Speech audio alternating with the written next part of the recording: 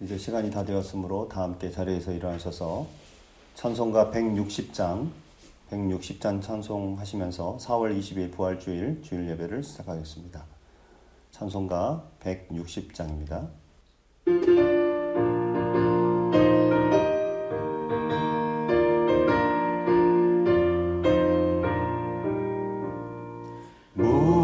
무덤에 머물러 예수 내 구주 새벽 기다렸네 예수 내 주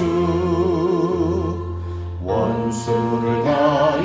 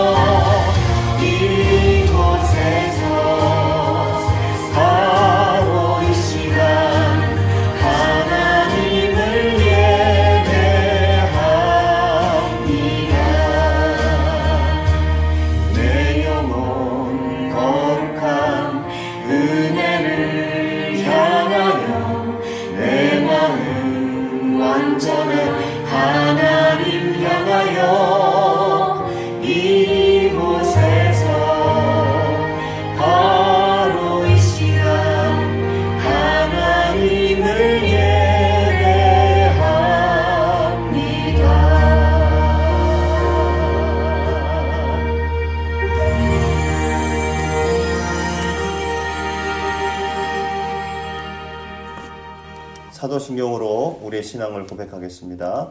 전능하사 천지를 만드신 하나님 아버지를 내가 믿사오며 그 외아들 우리 주 예수 그리스도를 믿사오니 이는 성령으로 잉태하사 동정녀 마리아에게 나시고 본디오 빌라도에게 고난을 받으사 십자가에 못 박혀 죽으시고 장사한 지 사흘 만에 죽은 자 가운데서 다시 살아나시며 하늘에 오르사 전능하신 하나님 우편에 앉아 계시다가 저리로서 산자와 죽은 자를 심판하러 오시리라.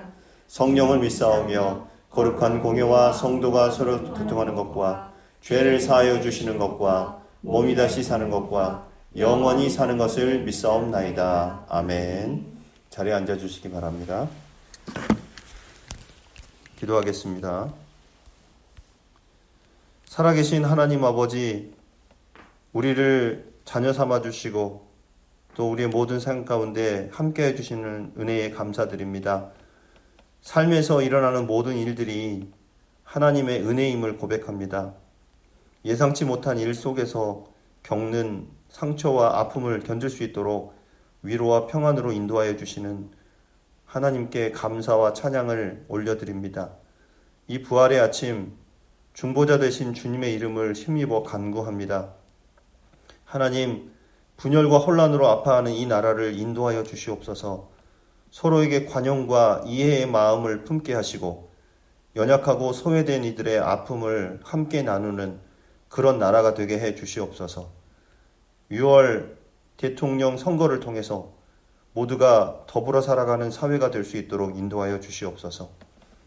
하나님, 재난과 질병 속에 아파하는 이재민과 환우들을 긍휼히 여겨 주시옵소서. 우리 모두가 위로의 마음과 손길을 나누게 하시고 슬픔과 아픔 속에 신음하는 이들에게 교회가 먼저 손을 내밀어 섬김의 본을 보이게 하여 주시옵소서. 하나님, 부활주의를 맞아 사망의 권세를 이기신 부활의 은총이 주님을 예배하는 모두에게 충만하게 해 주시옵소서. 죽음 앞에 겁내지 않고 세상의 성공을 부러워하지 않으며 주어진 삶에 감사하며 살 수 있도록 도와주시옵소서. 교회가 주의 뜻을 이루며 세상이 하나님 나라를 맛보는 공동체가 되게 하여 주시옵소서. 오늘도 하나님 앞에 우리가 마음을 모아서 예배합니다. 하나님, 우리 예배를 받아주시고 또 우리의 예배 가운데 임재하여 주시옵소서. 우리에게 하나님의 음성 듣게 하시고 또 부활하신 그 주님을 만날 수 있는 귀하고 복된 예배가 될 수 있도록 도와주시옵소서. 부활이요 생명이신 우리 주 예수 그리스도 이름으로 기도하옵나이다. 아멘.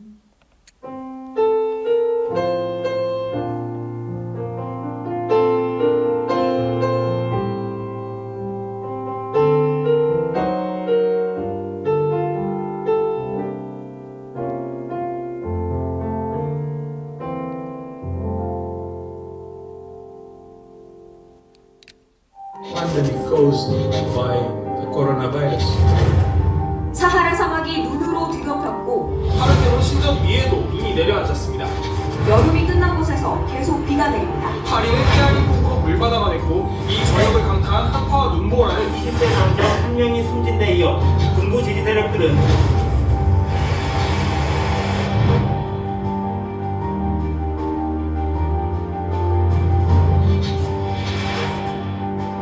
Doubtfully, it is going to come. Think how long.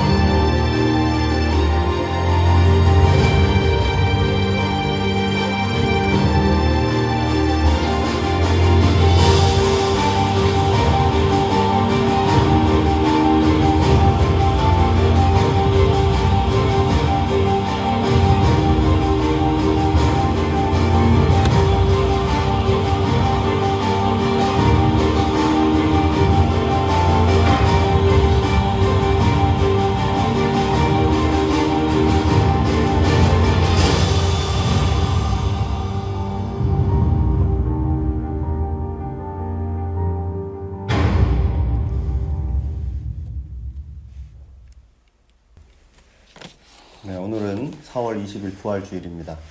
오늘 우리에게 주신 하나님 말씀은 요한복음 20장 1절에서 10절, 19절에서 23절 말씀을 보도록 하겠습니다. 전체를 봐야 되는데 좀 짧게 끊어서 이렇게 나눴는데요. 한 절씩 교독하면서 마지막 절은 같이 읽도록 하겠습니다. 안식 후 첫날 일찍이 아직 어두울 때에 막달라 마리아가 무덤에 와서 돌이 무덤에서 옮겨진 것을 보고 시몬 베드로와 예수께서 사랑하시던 그 다른 제자에게 달려가서 말하되 사람들이 주님을 무덤에서 가져다가 어디 두었는지 우리가 알지 못하겠나 하니 베드로와 그 다른 제자가 나가서 무덤으로 갈새 둘이 같이 다름질하더니 그 다른 제자가 베드로보다 더 빨리 달려가서 먼저 무덤에 이르러 구부려 세마포 놓인 것을 보았으나 들어가지는 아니하였더니 시몬이 따라가서 무덤에 들어가 보니 세마포가 놓여 있고 또 머리에 쌌던 수건은 세마포와 함께 놓이지 않고 딴 곳에 쌌던 대로 놓여 있더라. 그때야 무덤에 먼저 갔던 그 다른 제자도 들어가 보고 믿더라. 그들이 성경에 그가 죽은 자 가운데서 다시 살아나야 하리라 하신 말씀을 아직 알지 못하더라. 이에 두 제자가 자기들의 집으로 돌아가니라. 이날 곧 안식 후 첫날 저녁 때에 제자들이 유대인들을 두려워하여 모인 곳에 문들을 닫았더니 예수께서 오사 가운데 서서 이르시되 너희에게 평강이 있을지어다. 이 말씀을 하시고 손과 옆구리를 보이시니 제자들이 주를 보고 기뻐하더라. 예수께서 또 이르시되 너희에게 평강이 있을지어다. 아버지께서 나를 보내신 것 같이 나도 너희를 보내노라. 이 말씀을 하시고 그들을 향하사 숨을 내쉬며 이르시되 성령을 받으라. 같이 읽습니다. 너희가 누구의 죄든지 사하면 사하여질 것이요 누구의 죄든지 그대로 두면 그대로 있으리라 하시니라. 아멘. 자, 오늘은 부활주의를 맞이해서 요한복음 21장 1절에서 10절, 19절에서 23절을 본문으로 부활하신 주님과의 만남이라는 제목으로 하나님 말씀을 증거하겠습니다. 오늘은 부활주일이죠. 부활절. 예수께서 죽음을 이기시고 부활하신 아주 뜻깊은 날입니다. 기독교 절기 가운데 우리 그리스도인들에게 가장 중요한 날이라고 볼 수가 있습니다. 매년 부활절 때마다 이 땅의 성도들은 특별한 예배를 드리죠. 이 부활절 예배를 또 새벽에도 예배를 드리고 이렇게 합니다. 그리고 이제 뭐 계란 같은 거를 이렇게 항상 나눠주죠. 계란을 선물로 나누는 것이 전통이 되었습니다. 기독교 전통인데 제가 이제 한 달에 한 번씩 이렇게 섬기는 해양수산부 세종에 있는 세종정부청사에 있는 해양수산부에서 그 신우회 회원들이 항상 이렇게 부활절 즈음에 계란을 나눠주더라고요. 그래서 카톡방에 막 올리면서 자기네들이 이렇게 계란을 싸는 모습도 사진 찍어서 올려 보내고 또 그리고 이제 거기가 이제 세종청사에 보면은 막 동이 여러 가지가 있는데 5동, 6동 막 이렇게 있어요. 근데 이제 거기서 주변에 주변에 있는 다른 부서에 가서 다니면서 계란을 하나씩 나눠주면서 뜻깊은 행사를 했다고 그렇게 저한테 연락이 왔었습니다. 자, 아무튼 이렇게 그 부활절을 기념하는 것이 굉장히 많은 그리스도인들에게 의미 있는 날이기 때문에 부활절 계란을 그냥 계란을 먹으라고 주는 게 아니죠. 물론 먹지만 먹으면서 부활이요 생명이신 예수 그리스도를 기억하고 또 예수 안 믿는 분들은 그 부활하신 주님을 믿으라고 이렇게 나눠주는 것입니다. 그런데 이 예수 그리스도의 부활을 그냥 일련의 행사로 기념하면서 그냥 예배드리고 마는 그런 경우가 너무 많아진 것 같아요. 이제 예전에 그 촛불 예배를 새벽에 막 드리기도 하고 그랬는데 물론 이제 의미가 있습니다. 하지만 이제 그것이 너무 행사에 그치는 그런 모습으로 이렇게 끝나버리지 않나 그런 생각도 해보고요. 다른 많은 교회에서 하는 그런 그 행사들이 그냥 단지 행사를 위한 행사 이런 것들로 이렇게 끝나버리지 않는가 그런 생각을 하면서 좀 가슴이 아픕니다. 그러다 보니까 왜 이런 얘기가 나오냐면 예수님이 부활하신 것에 대해서 늘 마음속에 새기면서 사는 사람들은 어떻습니까? 예수님의 부활을 증거하고 삶에서 예수님의 부활을 나타내고 자신이 부활의 삶을 살아야 되는데 그냥 세상과 동화되어서 평소에는 그렇게 살다가 뭐 예수님과 상관없이 살다가 하나님의 자녀로서의 본분을 상실하고 그 생명을 상실한 성도들이 너무 많습니다. 요즘 들어서 더 많죠, 지금. 성경도 잘 알아요. 또 부활의 내용도 많이 들었습니다. 우리가 신앙생활을 20년, 30년 하게 되면은 보통 막 수십 번 듣게 되죠. 부활의 소식은 1년에 한 번이라도 꼭 듣게 되잖아요. 이게 20번, 30번을 들었어요. 그런데 어디까지나 그냥 성경에 기록된 내용이고 예수님 부활하셨지 2000년 전에. 그리고 역사적인 사실이야. 이것까지는 인정하지만 그냥 형식적으로 삶을 살아가는 사람들이 너무 많다는 것입니다. 한마디로 입으로는 예수 부활을 말하지만 실제적으로는 예수님이 부활하신 것이 나하고 무슨 상관이야. 예수님은 단지 그냥 우리를 위해서 십자가에서 죽으시고 부활하셨어. 이것만 인정하는 이런 사람들이 너무 많다는 거예요. 또 심지어 어떤 사람들은 그냥 예수님이 우리를 위해서 죽으셨어. 무덤에 그냥 시체처럼 누워 계시는 그것까지 인정하는, 그냥 거기까지만 인정하는 이런 모습이 보이는 사람들이 너무 많아서 참 불행한 일이 아닐 수 없습니다. 자, 여러분 질문하겠습니다. 여러분들은 예수님의 부활을 정말 믿으십니까? 아멘이십니까? 아멘. 네, 맞아요. 여러분, 예수님의 부활을 정말 믿는다면요, 어떤 삶이 따라와야 되냐면 예수님을 믿는 믿음의 삶이 따라와야 됩니다. 우리의 삶 속에서 믿음의 삶이 따라와야 돼요. 또 예수님의 부활을 믿는다면 부활하셔서 살아계시는 예수 그리스도를 매일매일 만나는 체험을 해야 됩니다. 또 우리 자신의 그런 변화된 삶이 따라와야 됩니다. 성경에 보면 살아계신 예수님 만나고 나서 변하지 않은 사람들이 없었어요. 오늘 본문에서도 우리는 그 모습을 살펴볼 것입니다. 우리가 읽은 요한복음 20장에는 두 부류의 사람들이 등장합니다.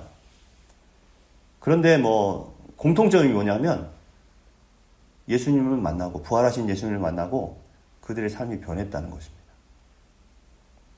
이제 본문을 살펴보면서 이 두 부류의 모습을 통해서 나는 과연 부활하신 주님을 정말 만나고 있는지, 또 그분을 체험하고 있는지, 또 그분을 전하는 그런 삶을 살고 있는지를 한번 점검해보는 그런 시간을 가졌으면 좋겠습니다. 먼저는 베드로와 요한을 포함한 제자들, 예수님의 제자들이죠. 쉽게 이야기하면은 11제자 이야기입니다. 가룟 유다 빼고 이제 11제자죠. 요한복음을 기록한 사도 요한은 부활절, 예수님이 부활하신 그 아침에 있었던 일을 아주 상세하게 기록합니다. 안식 후 첫날 새벽 이른 새벽에 막달라 마리아와 몇몇 마리아, 이제 이름이 거의 비슷한데 이름은 마리아라는 이름이 굉장히 많았던 것 같아요, 그때. 그래서 몇몇 여인들과 함께 예수님의 무덤을 찾아가게 됩니다. 왜 그랬냐? 예수님의 시체에 향유를 바르기 위해서요. 그런데 그 무덤을 찾아가면서 그 여인들의 마음이 어땠을까요? 참 무거웠을 것입니다. 왜냐하면 예수님이 살아 생전에 어떤 얘기를 했어요? 내가 십자가에 죽었다가 못 박혀 죽었다가 3일 후에 이제 사흘 만에 다시 살아나리라 라는 그런 말씀을 하셨는데, 정확히 제자들도 사실 그거에 대해서 믿질 않았어요. 그냥 건성으로 넘겼죠. 그런데 이제 기득권층에서는, 권력자들의 입장에서는 사람들이 이제 그런 얘기를 많이 하고 다녔으니까 사람들이 예수의 시체를 훔쳐다가 어디다 이제 몰래 감춰놓고, 그리고 예수가 부활하셨다 라고 이렇게 전파하면서 막 소요를 일으킬 거를 이제 걱정하고, 또 괜히 그런 것들에 대해서 염려를 해가지고 빌라도를 찾아가게 됩니다. 유대 권력자들, 종교 지도자들이 찾아가서 예수의 무덤을 좀 단단히 좀 지켜달라 요청을 하게 되죠. 그래서 경비병을 내어줄 것을 요청을 했고요. 또 많은 경비병들이 예수님의 무덤을 지키고 있었습니다. 그러다 보니까 이제 이런 사실을 알게 된 이 여자들이 아니 어떻게 해야지만 이 경비병에게 부탁을 해가지고 예수님의 그 시신에 향유를 바를 수 있을까라는 그런 걱정을 사실 하게 된 거예요. 쉽지가 않은 일입니다. 앞에 막 경찰들이 막 지키고 있어요. 사건 현장 또는 막 무덤을 지키고 있다고 생각해 보십니다. 근데 거기 그거를 가서 부탁을 해가지고 제가 이 예수님의 시체에 향유를 바르게 해주십시오. 우리가 좀 잠깐 들어가게 해주십시오. 안 되잖아요. 그 사건 현장에 폴리스 라인이라고 이렇게 노란 색깔로 이렇게 치고 있는 그 거기를 뚫고 못 들어갑니다. 웬만하면 관계자들 외에는. 그러니까 여러분들이 만일에 그 여인들이었다라면 마음이 어땠을까요? 예수님이 십자가에 못 박혀 죽으셨다는 사실을 사실 받아들이기가 어려웠을 것입니다. 참혹하게 채찍질을 당하고 또 십자가에 달리셨던 그 장면을 그 여인들이 다 봤어요. 예수님이 돌아가시는 모습을 봤어요. 그러니까 굉장히 큰 충격을 받고 있었을 것입니다. 그리고 지금 현실, 예수님이 십자가에 못 박히시고 무덤에 붙이셨다. 무덤에 지금 누워 계신다. 이걸 현실로 받아들이기가 어려웠을 것입니다. 근데 무덤에 이제 어찌어찌 해서 아마도 경비병에게 부탁을 했나 봅니다. 무덤에 도착을 했습니다. 그런데 어떻게 됐을까요? 오늘 1절 본문에 보면은 안식 후 첫날 일찍이 아직 어두울 때에 막달라 마리아가 무덤에 와서 돌이 무덤에서 옮겨진 것을 보고 이렇게 돼 있어요. 막달라 마리아와 그 여인들이 받았던 충격이 얼마나 대단했을까요? 예수님의 시체가 없어졌다 이거예요. 그들은 예수님이 부활하신 걸 몰랐습니다. 그러다 보니까 더 큰 충격입니다. 누가 예수님의 시체를 훔쳐갔다라고 생각한 거죠.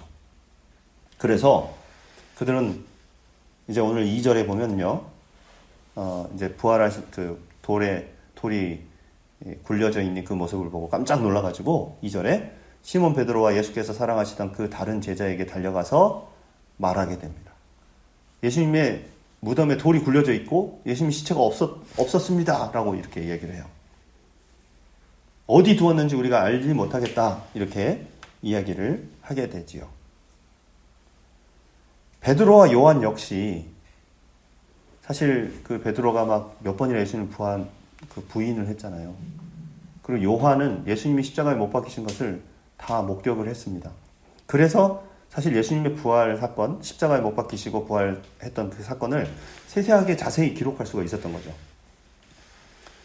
베드로와 요한 역시 지난 며칠은 생각하기도 싫은 그런 날이었을 것입니다. 예수님이 못 박히신 그 사건, 그리고 며칠 후 이렇게 지났죠. 메시아로 믿었던 그분이 돌아가셨다. 아주 믿기지 않은 일이었습니다. 그 새벽에 막달라 마리아가 달려와서 예수님의 시신이 없어졌다고 이렇게 이야기하는 거예요. 그래서 이제 그들은 바로 막 뛰어갑니다. 베드로와 그 다른 제자가 나가서 무덤에 나갔어요. 여기서 이제 그 다른 제자는 누구였을까요? 요한입니다. 요한. 자기 이름을 잘 이렇게 밝히지 않아요. 예수님이 사랑하시는 제자다 이렇게 이야기를 하고 조금 간접적으로 이렇게 자기를 드러내기도 합니다. 그래서 이제 3절 방금처럼 이렇게 무덤으로 막 달려가는데 4절에 보면요, 둘이 같이 다름질하더니 그 다른 제자가 베드로보다 더 빨리 달려가서 먼저 무덤에 이르러 이렇게 나와 있죠. 베드로와 그 다른 제자 요한 둘 중에 요한이 더 젊었습니다. 그러다 보니까 막 같이 다름질해서 무덤으로 막 뛰어갔는데 누가 더 빨리 도착했어요? 요한이 먼저 도착을 하게 되었습니다.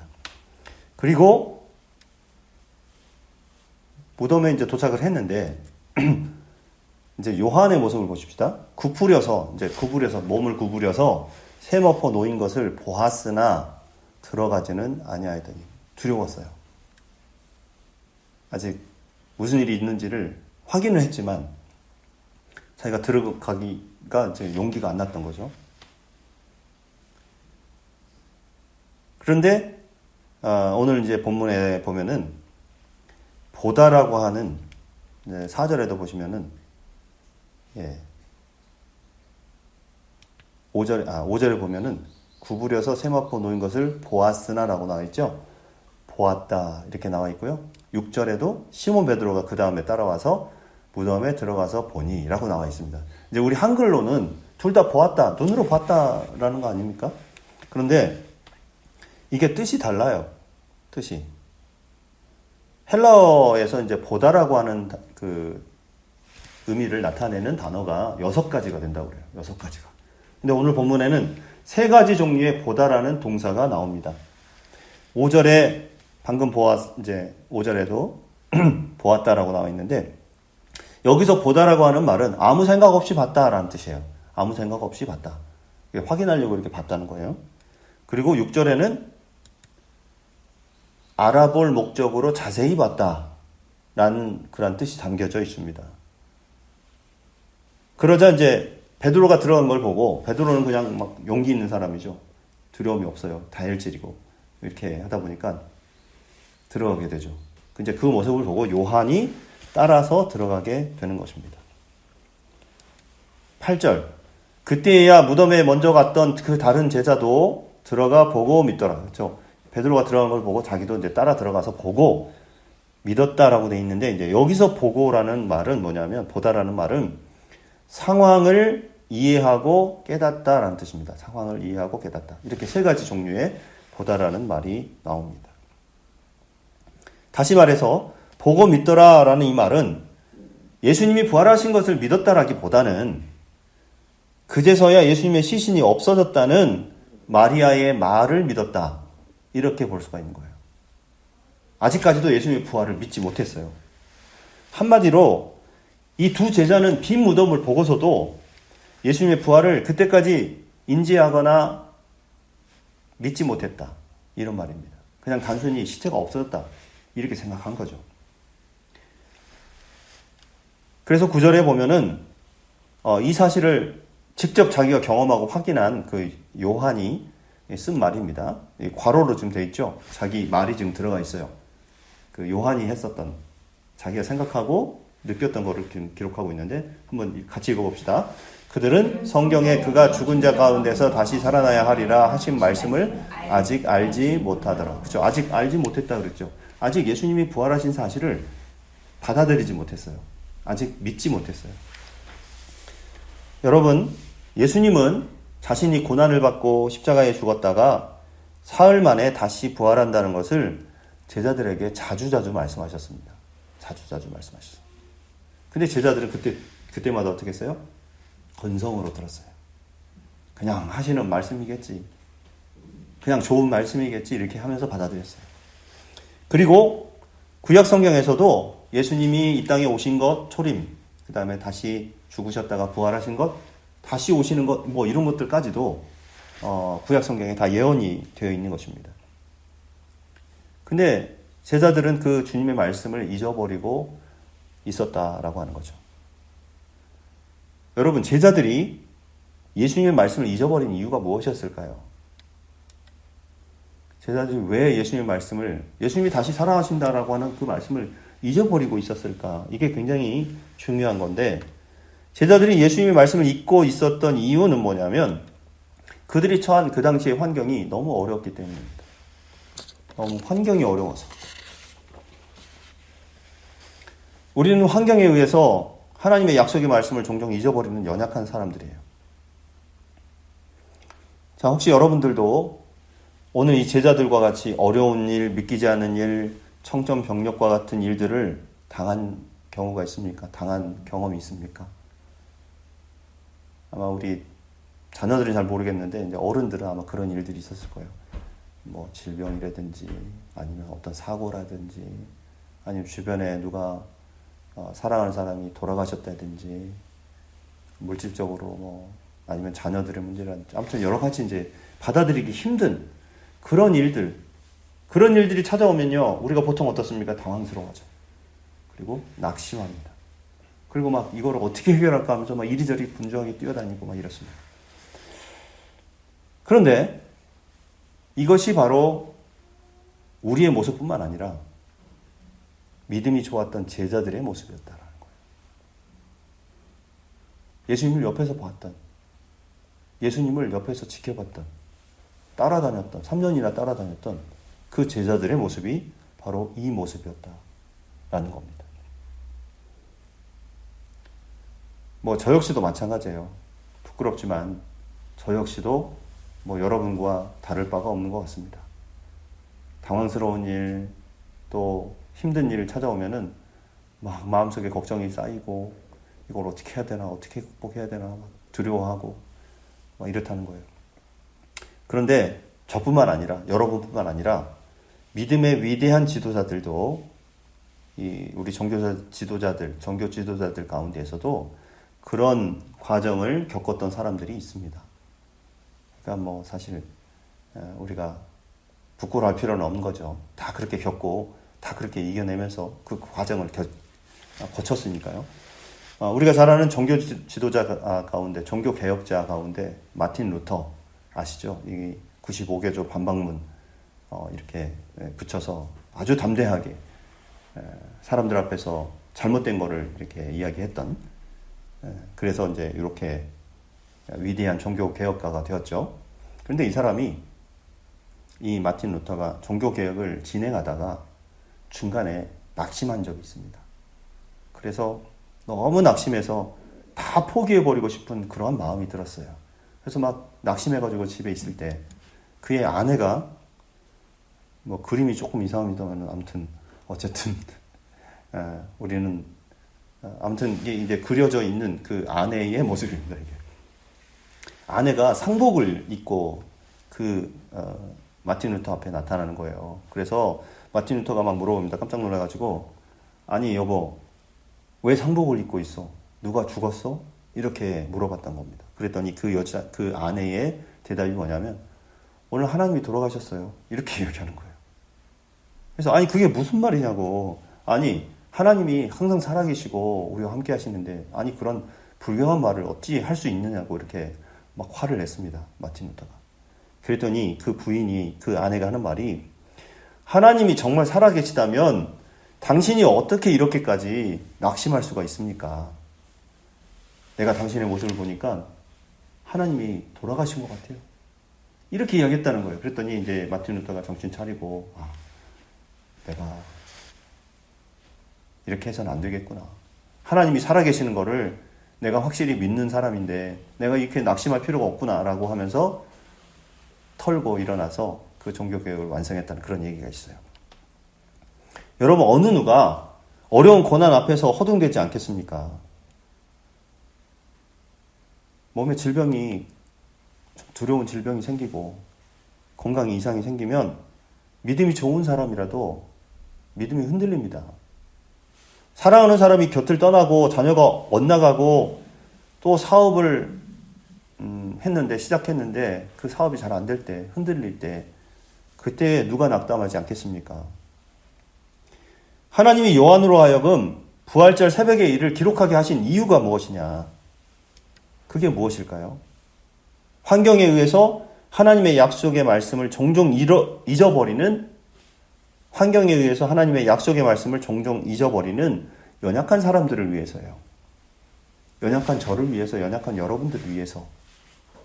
그래서 이 말씀을 세세하게 기록하고 있는 것입니다.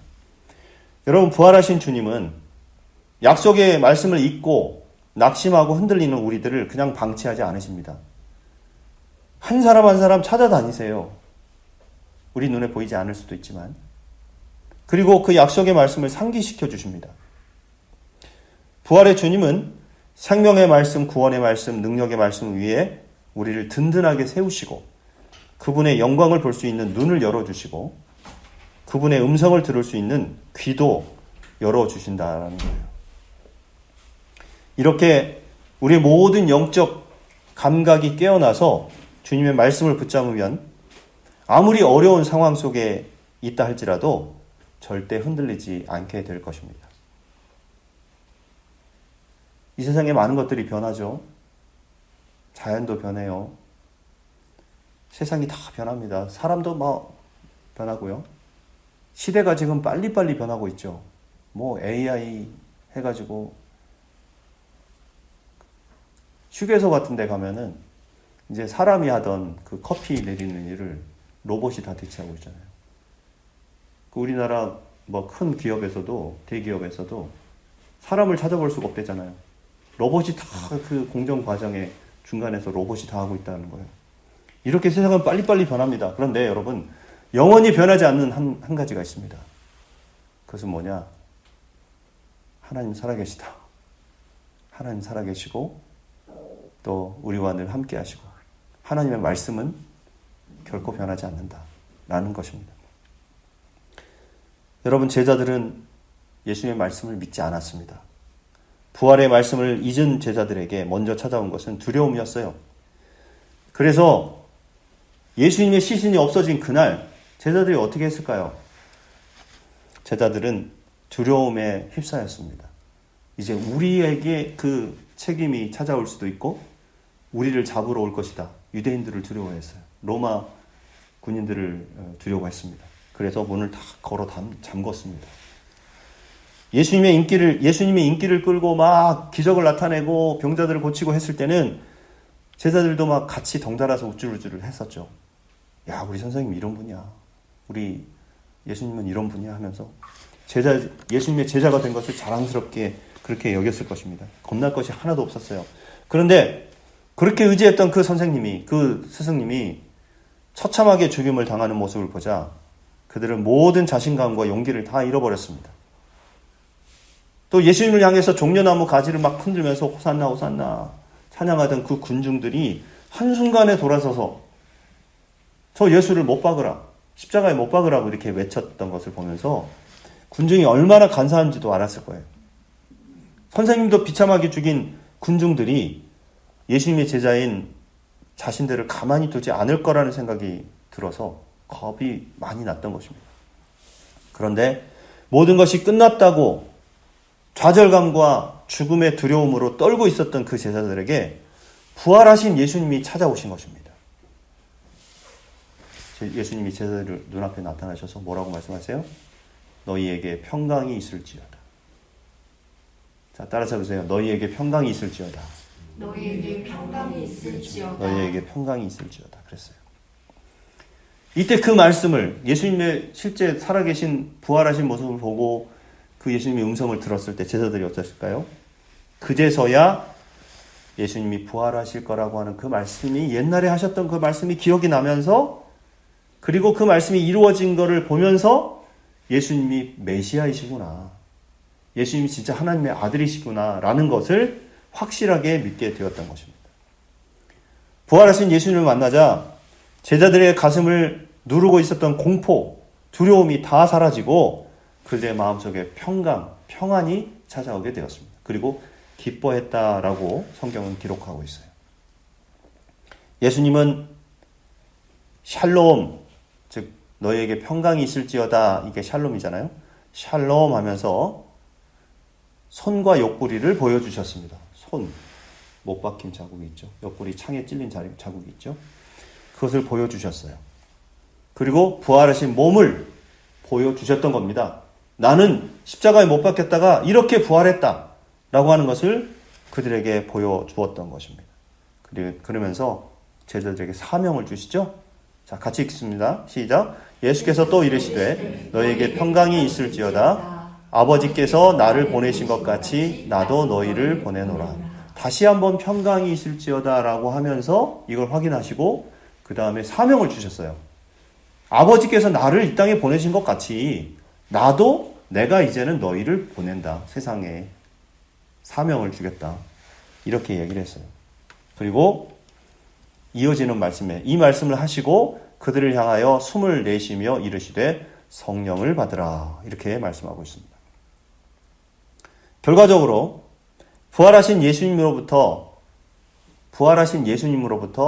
사명을 받고 성령을 이제 약속받은 성령 받으라. 즉 사실 이제 그 성경학자들이 이렇게 얘기를 합니다. 성령을 언제 받았냐? 그러면 우리가 뭐 마가의 다락방에서 오순절 날 받았다라고 이야기를 하지만 예수님이 여기 보세요. 숨을 내쉬며 성령을 받으라 라고 했어요. 하나님의 영은요, 숨, 호흡, 루아흐라는 단어를 씁니다. 그 단어에서 나오는 것처럼 하나님의 숨이에요. 그 예수님의 숨이죠. 이게 그 문자적으로 해석을 하자면 그렇습니다. 예수님이 숨을 내쉴 때 그때 그들이 성령을 받았다라고 이야기를 해석을 하는 그런 성경학자들도 있습니다. 그래서 그들은 사명을 부여받고 성령을 받았어요. 그때부터 제자들은 어떻게 됐느냐? 두려움이 없어지고 평안해졌다. 그리고 마음이 담대해졌다. 이렇게 해석하고 있는 것입니다. 여러분, 인생을 산다는 것은요, 어찌 보면 그 자체가 두려움이에요. 사람들의 마음속에는 본능적으로 공포심이 다 있습니다. 욥기 3장 25절에 보면 욥이 이런 고백을 하고 있어요. 자, 욥이 3장 25절에 보면은 내가 두려워하는 그것이 내게 임하고 내가 무서워하는 그것이 내 몸에 미쳤구나 라고 이렇게 이야기를 하고 있습니다. 욥은 당대 부자였어요. 동방에서 큰 부자였고요. 의인이었고 성공한 사람이었어요. 어느 누구나 부러워할 만한 그런 위치에 있는 사람이었습니다. 그러나 그가 형통한 삶을 살 때에도 마음속에는 뭐가 있었어요? 두려움과 공포심이 있었다. 이렇게 고백을 하고 있습니다. 요즘도 사람들 굉장히 불안감이 많습니다. 불확실한 미래, 또 젊은 사람들은 취업에 대한 불안 있죠. 경쟁에서 밀리면 어떻게 하나라는 그런 생각도 있고요. 이런 두려움에 시달리는 사람들이 너무 많습니다. 내가 큰 질병에 걸리면 어떡하나. 내가 일을 열심히 하다가 쓰러지면 어떡하나. 자녀들을 어떻게 교육시킬까. 내 노후는 어떻게 준비할까. 이런 불안과 공포에 짓눌려 살아가는 사람들이 너무 많습니다. 여러분, 내 마음에 평안을 유지할 수 있는 방법, 또 불안이나 공포를 뛰어넘어서 담대하게 현실과 직면할 수 있는 방법이 뭐냐? 그것이 뭐냐면 부활하신 그 주님을 매일 만나는 것입니다. 부활하신 주님을 매일 만나는 것.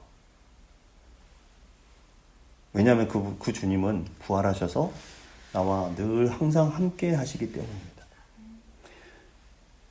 앞으로 살아갈까, 어떻게 살아갈까라는 그런 불안 때문에 잠 못 이룰 때 부활하신 주님은 우리를 찾아오셔서 우리에게 샬롬의 은혜를 주신다라는 거예요. 너희에게 평강이 있을지어다. 자, 요한복음 16장 33절 같이 읽습니다. 시작. 이것을 너희에게 이르는 것은 너희로 내 안에서 평안을 누리게 하려 함이라. 세상에서는 너희가 환난을 당하나 담대하라. 내가 세상을 이겼노라. 아멘. 자, 여러분, 세상을 이기고 죽음을 이기고 죄를 이기고 부활하신 주님이 우리의 보호자가 되시고 우리와 동행하신다는 사실을 믿으시기 바랍니다. 샬롬, 너희에게 평강이 있을지어다. 이 음성을 우리가 말씀을 통해서 들어야 돼요. 또 기도하면서 항상 들어야 돼요. 그리고 먹고 사는 일 때문에 너무 두려워하지 말고 하나님이 주신 사명을 가지고 살아가시기 바랍니다. 복음의 사명, 영혼을 사랑하는 사명을 주님께서는 우리에게 주셨죠. 그래서 이 사명을 위해서 여러분들이 살아가야 됩니다. 두려움에 떨던 제자들은 예수님의 그 사명을 받고 성령을 받고 완전히 다른 사람이 되었죠. 여러분 잘 아실 겁니다. 사도행전에 기록되어 있잖아요. 제자들이 목숨 걸고 복음 전했어요. 목숨 걸고 예수님 전하고 그 하나님의 그들에게 맡겨진 사명을 감당하는 삶을 살았어요. 죽음을 불사하고 어떤 사람들은 물에 수장돼서 죽기도 하고 목이 잘려서 죽기도 하고 톱으로 켜서 죽기도 하고 짐승에 의해서 이제 우리 옛날에 이제 온몸 사지를 뭐라 그러죠? 아무튼 다 묶어가지고 짐승이 앞에서 출발해가지고 다 찢어지게 하는 그런 일들도 고난과 핍박 속에서도 복음을 전하는 그런 일들을 사명을 감당했다 이거예요. 그들이 성령 받지 않았다면 있을 수 없는 일이었습니다. 부활한 주님을 만난다면 저와 여러분도 그렇게 변화될 줄 믿습니다. 이것이 그냥 설교로만 끝나지 않고 여러분의 삶의 현장에서 날마다 체험되는 그런 사건이 되시기를 주의 이름으로 축복합니다. 자, 두 번째 살펴볼 사람은 막달라 마리아입니다. 막달라 마리아는요, 어찌 보면 예수님께 사랑을 많이 받았고 하지만 슬픔의 대표적인 인물입니다. 예수님이 십자가를 지고 골고다를 오를 때 가슴을 치며 슬퍼하는 여자들 속에 이 막달라 마리아가 있었죠. 그리고 누구보다도 예수님을 사랑했어요. 근데 그 예수님이 어떻게 죽으셨어요? 십자가에서 처참하게 죽었어요. 그 모습을 보면서 깊은 슬픔에 빠진 여인이었습니다. 그래서 이 막달라 마리아는 내가 예수님의 시체에 향유라도 발라야 되겠다. 마지막으로 그 예수님의 그 죽음에 대해서 슬퍼하면서 시체에 그 향유라도 발라야 되겠다는 마음으로 다른 여자들과 같이 가게 되었던 것입니다. 해가 저물면 안식일이라 예수님의 장례를 치를 시간이 한두 시간밖에 없었습니다. 아리마대 요셉과 니고데모와 그 외의 여인들이 힘을 모아서 예수님의 시체를 서둘러서 십자가에서 내리고 예수님의 몸을 씻기고 향유를 바르고 세마포로 싸는데 너무 시간이 촉박했던 것입니다. 그렇게 서둘다 보니까 대강대강 했을 수 있습니다. 제대로 장례를 치르려면요, 이틀이나 사흘 정도가 걸린대요. 이게 그 이스라엘에서의 유대 전통인데 예식이 한 2, 3일 정도 걸린다고 합니다. 한두 시간 안에 이걸 대충 해서 무덤에 안치했으니 예수님을 사랑한 마리아는 마음속에 큰 상처가 있었습니다. 귀하신 그 예수님을 저렇게 그냥 대충대충 해가지고 그 장례를 그렇게 치르게 되다니, 제대로 된 장례도 못 치르게 되다니, 이런 마음을 갖고 있었어요.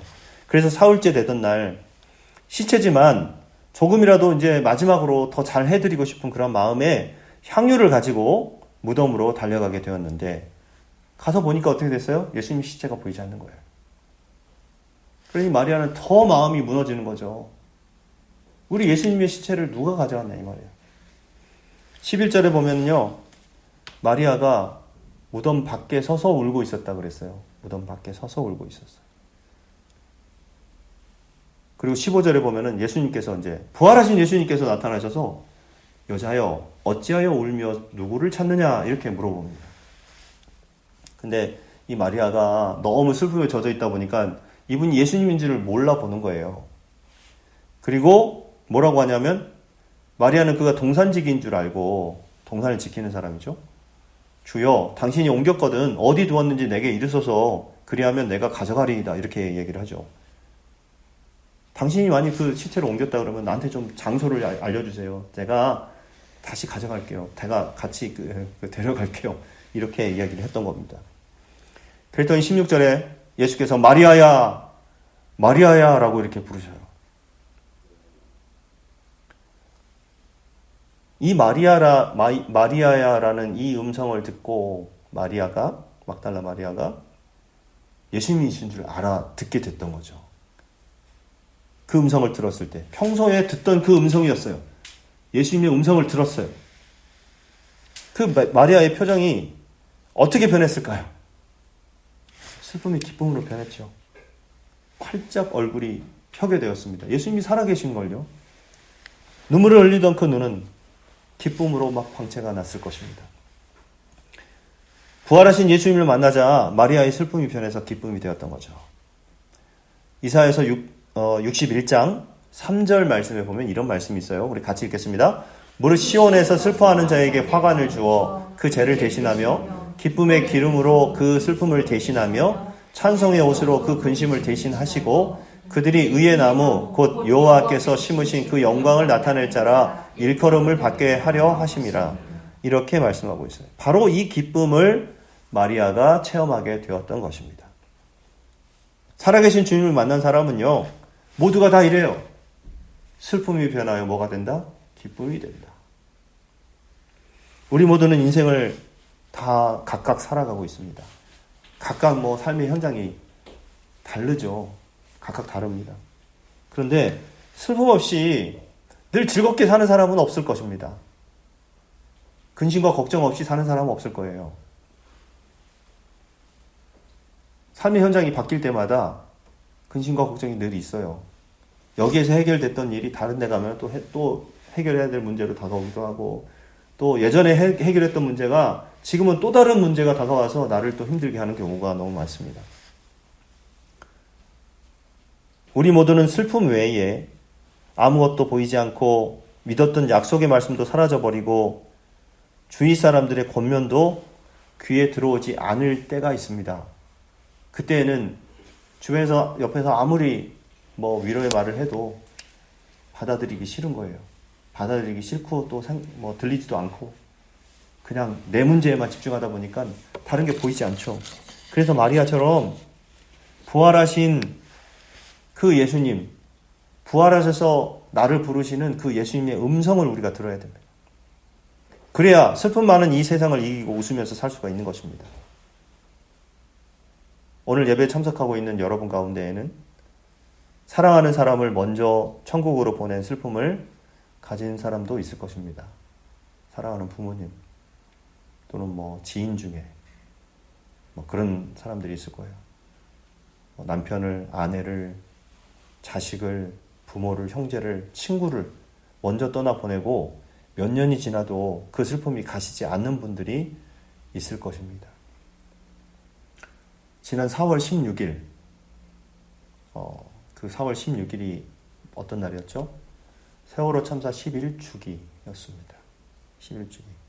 그래서 이제 그거를 보통 이 행사를 하는데, 추모 행사를 하는데 기억식이라고 해요. 기억식.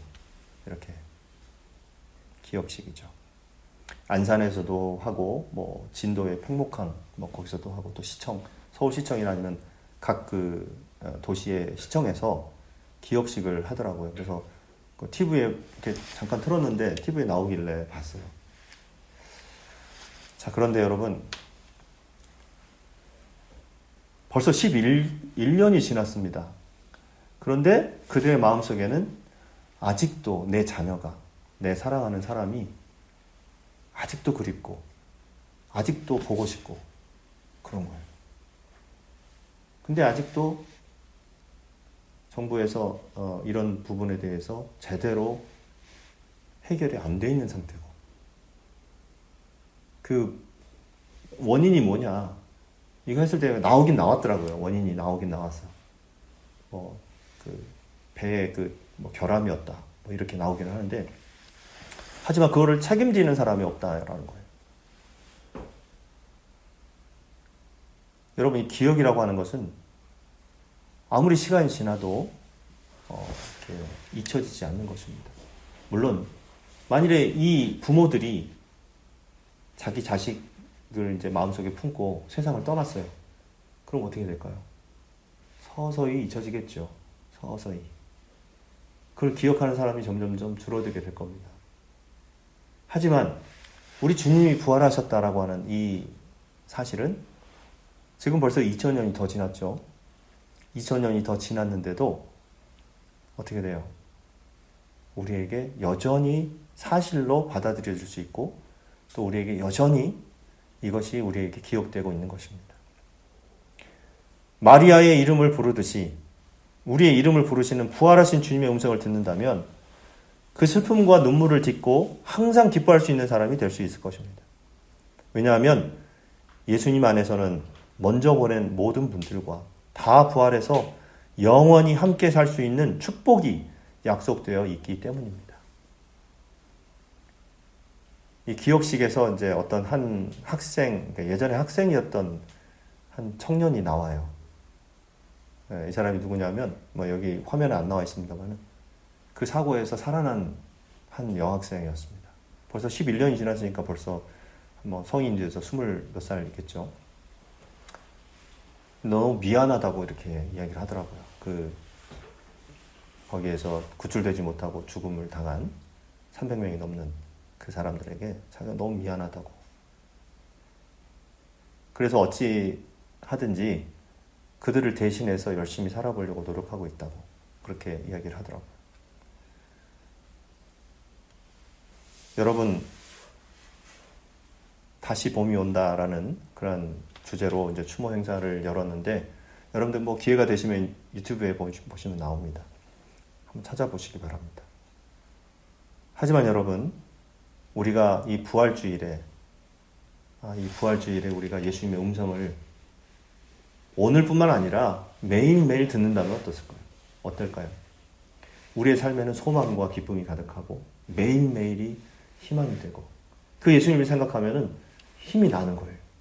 부활하신 예수님이 살아계시기 때문에, 살아계신 그 예수님 때문에 지금도 나를 보시고 나를 이끄시고 나를 돌보고 계시는 그 주님 때문에 우리가 힘을 얻고 또 다시 일어날 용기를 가질 수가 있는 것입니다.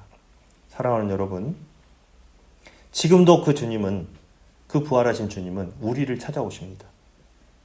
부활하신 주님, 살아계신 주님을 매일 만나면서 우리는 그 속에서 기쁨을 회복할 수 있고 슬픔을 이기고 매일매일 기뻐하는 사람으로 바뀔 수 있다는 사실을 믿으시기 바랍니다.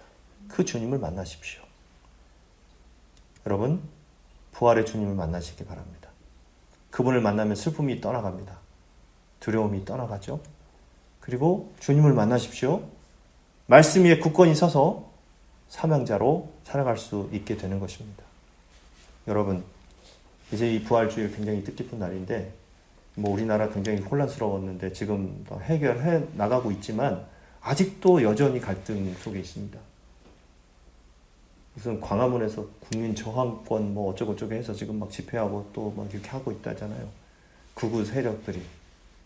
빨리 지금 해결해줘야 되는데 이런 것들이 지금 아직도 지금 혼란 가운데 있는 이 나라가 부활하신 주님과 함께 우리 성도들이, 우리 하나님을 믿는 우리 그리스도, 예수 그리스도의 부활을 믿는 모든 분들이 이런 일들에 더 동참해서 같이 기도하고 같이 힘을 얻어서 이 나라도 안정이 되고 우리 기독교도 안정이 되고 교회가 안정이 되는 그런 일들에 함께 참여하고 함께 힘을 모으는 저와 여러분들이 되시기를 주의 이름으로 축복합니다.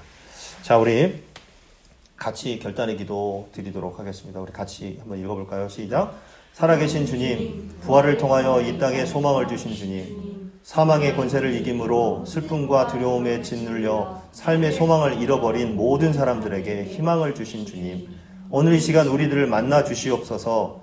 우리의 이름을 불러주시고 평안이 있을지어다 하고 말씀하옵소서. 슬퍼하는 자가 있습니까? 기뻐하는 자가 되게 하시고, 두려워하는 자가 있습니까? 평안과 용기를 갖게 하옵소서. 부활하신 주님과 함께 믿음으로 승리할 수 있게 도와주시옵소서. 아멘. 자, 이런 기도 제목으로 함께 기도했으면 좋겠습니다. 오늘 결단의 찬양은요, 예전에 제가 가끔 이제 한 번씩 이렇게 불렀던 찬양인데, 옷자락에서 전해지는 사랑, 예수님을 만난 사람들의 이야기입니다. 우리 같이 한번 찬양하고 결단의 기도를 드리도록 하겠습니다.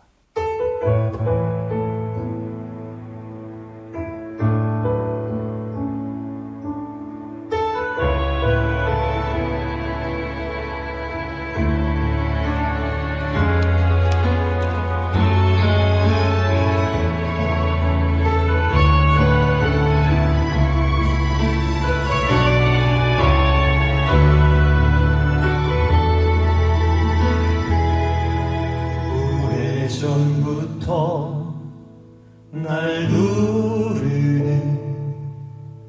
내 안에 깊은 절망, 아무 희망도 어떤 기대도 내겐 없는데 사람들의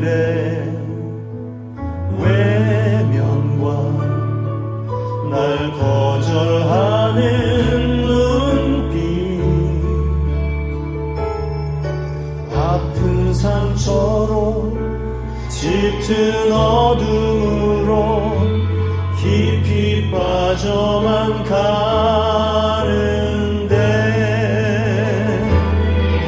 어디선가 내게 들리는 하나님 아들 주님 이야기, 그분이라면 그의 옷자락이라도 내 마지막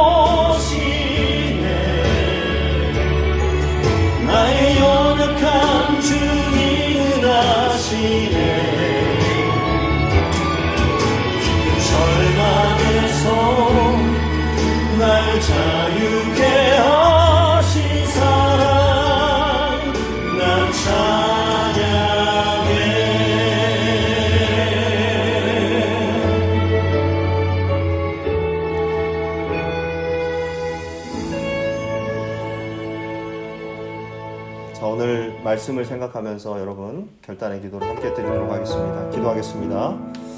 아버지 하나님 감사합니다. 예수님께서 부활하신 그 사건이 진정으로 역사적인 사건이며 또 우리의 삶을 변화시킬 수 있는 그런 사건임을 믿습니다. 우리를 찾아오시고 우리의 이름을 부르시는 그 음성을 듣게 하여 주시옵소서. 그리고 이제 주님이 주신 사명을 따라서 제자의 삶을 살아가기를 원합니다. 성령 받고 변화되는 삶을 살아갈 수 있도록 도와주시옵소서. 아버지 하나님, 우리에게 희망을 주시는 주님, 우리에게 소망을 주시는 주님, 우리를 만나주시고 또 우리를 찾아와 주시옵소서. 우리의 이름을 불러주시며 평안이 있을지어다 평강이 있을지어다 하시는 그 말씀을 듣게 하여 주시옵소서. 힘들고 어려운 순간마다 부활하신 주님을 믿고 믿음으로 나아갈 수 있도록 하시고 우리에게 용기를 주시는 그 주님을 바라보면서 주님과 함께 믿음으로 승리할 수 있도록 도와주시옵소서. 아버지, 주님께서 우리와 함께 해주시고 우리의 모든 삶 가운데 하나님의 능력으로 채워주시옵소서. 아버지, 도와여 주시옵소서. 도와주시옵소서. 하나님의 능력과 사랑으로 채워주시옵소서. 아버지께서 계획하신 모든 일들을 하나님의 인도하심에 믿음으로 나아갈 수 있도록 도와주시고 아버지께서 원하시는 그 뜻을 이루어 나아갈 수 있도록 도와주시옵소서. 아버지 하나님 우리와 함께하여 주시옵소서. 아버지 말씀에 기뻐주셔서 사명자로 살아갈 수 있도록 도와주시옵소서.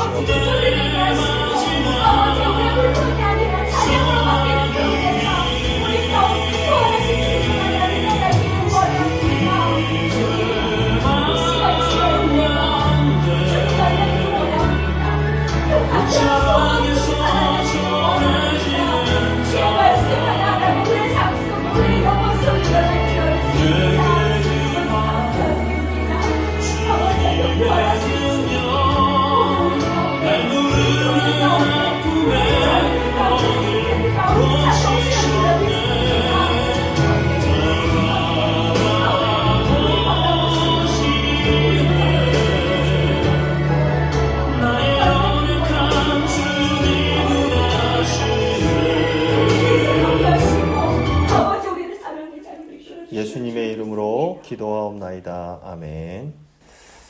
네, 교회 소식 알려드리겠습니다. 오늘 예배 참석한 모든 분들을 주님의 이름으로 환영하고 축복합니다. 오늘은 부활주일입니다. 여러분 뜻깊은 부활절, 또 예수님의 부활이 우리의 부활임을 믿고 부활의 소망을 갖고 그 부활의 신앙으로 살아가시기를 바랍니다.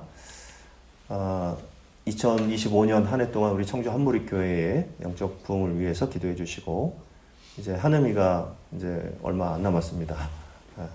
이제 5월 11일 날 출발해서 12일 날 도착하게 되는데 안전하게 학업 잘 마무리하고 졸업하고 그리고 한국에 도착할 수 있도록 기도해 주시기 바랍니다. 우리 다인이와 한결이 또 다은이 또 은결이를 위해서도 같이 기도해 주시고요.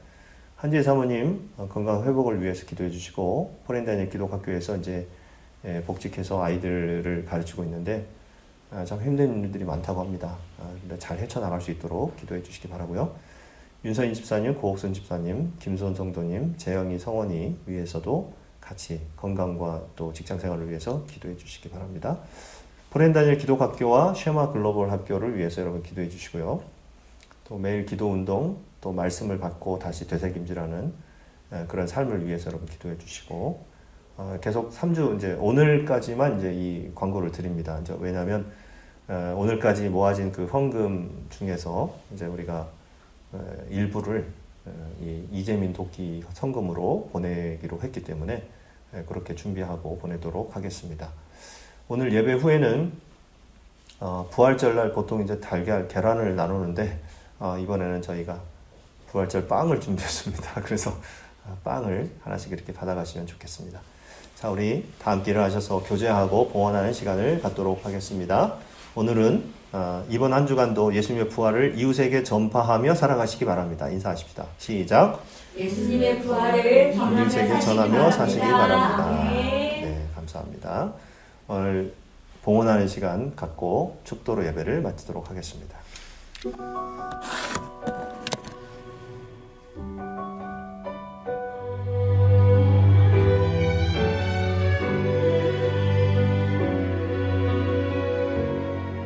너의 가는 길에 주의 평강 있으리.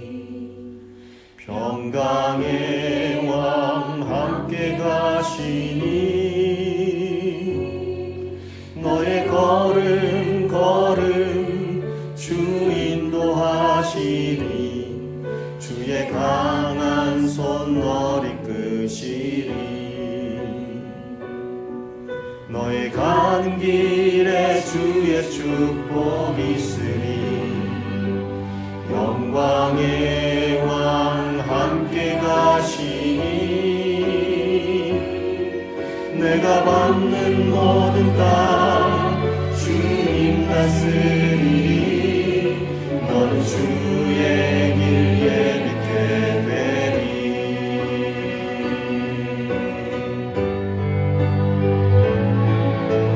주님 나라 위하여 길 떠나는 나의 형제여. 주께서 가라시니 너는 가라. 주의 이름으로 거칠은 광야 위에 꽃을 피어나고 세상은 내 안에서 주님의 영광 보리라. 강하고 담대하라. 세상 이기신 주를 함께 너와 동행하시며 내게 새 힘을 주시리.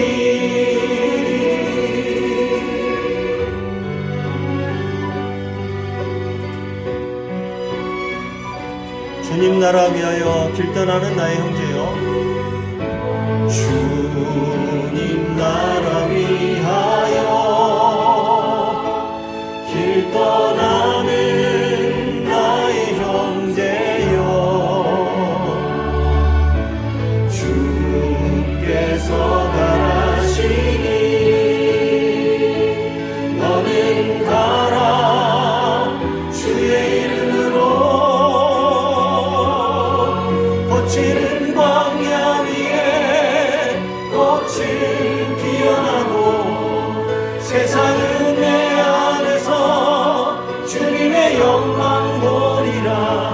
강하고 담대하라. 세상 이기신 주를 함께 너와 동행하시며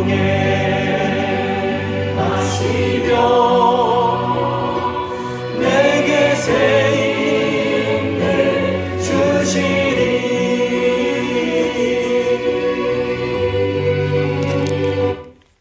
드려진 예물을 위해서 봉헌 기도하고 축도로 예배를 마치겠습니다. 하나님 아버지, 오늘 뜻깊은 부활주의를 맞이해서 우리가 부활의 말씀을 나눴습니다. 부활하신 주님이 우리의 이름을 부르시고 또 우리에게 평강을 허락하시며 사명을 주시고 또 성령을 주시는 그런 귀한 역사가 우리 삶 가운데도 나타나게 도와주시옵소서. 그 음성을 듣고 힘을 얻게 하시고 힘들고 어려운 순간순간마다 이겨내고 극복하고 용기로 살아갈 수 있도록 도와주시옵소서. 하나님 앞에 우리의 마음과 정성을 다하여 우리의 생명까지 담아서 예물을 드립니다. 기쁘게 받아주시옵소서. 이 물질이 영혼 구원을 위해 사용될 뿐 아니라 우리의 생명을 다하는 그날까지 이 땅에서 하나님이 맡겨주신 사명을 다하여 하나님의 마음에 꼭 드는 사람들이 다 될 수 있도록 우리를 사용하여 주시옵소서. 이제는 우리 구주 예수 그리스도의 크신 은혜와 하나님 아버지의 극진하신 사랑하심과 성령님의 감화감동 역사 충만 내주하심이 우리의 죄를 용서하시기 위해서 고난의 길을 걸으시고 죽음의 십자가를 지시고 부활하신 예수 그리스도를 구주로 영접하고 한 주간 부활하신 예수님을 전하며 살아가기를 소망하고 결단하며 헌신하는 하나님의 백성들 머리머리 위에와 그들의 가정과 자녀와 생업 위에 주님께서 핏값으로 사신 그리스도의 몸된 교회 위에와 지금도 자신의 생명을 다해 주님의 복음을 증거하고 있는 선교사들 위에 이제로부터 영원토록 함께하옵시기를 간절히 축원하옵나이다. 아멘. 내가